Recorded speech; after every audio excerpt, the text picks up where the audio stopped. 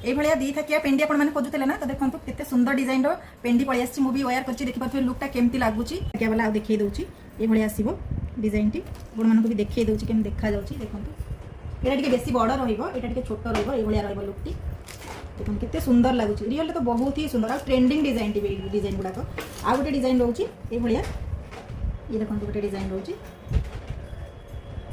आपने डिमांड करते बड़ बड़ झुमकी आने कि सिंगल वाला देखो बड़ झुमकी भी पलि आसी केते बड़ देखा देखिए वीडियो भी मुझे देखिए दूसरी जूम करके देखा देखो केते बड़ झुमकी रोचे यहाँ जमी आपको वीडियो देखो आम से ही आपको प्रोडक्ट देवु ना आप ऑफलाइन लोकेशन भी आसिक निजे देखिकी भी डायरेक्ट नहीं पारे आ गए डिजाइन देखो यहाँ टी छोट ये सब रोचे सिंगल पेंडी रोचे आ गए डिजाइन राउंड सब गुड़ाकर ऊपर सब देखो ऊपर गुड़ा चेंज रोचे तल पेंडी डिजाइन भी चेंज रोचे यहाँ देखो ये रोचे सिंगल पेंडीर डिजाइन सब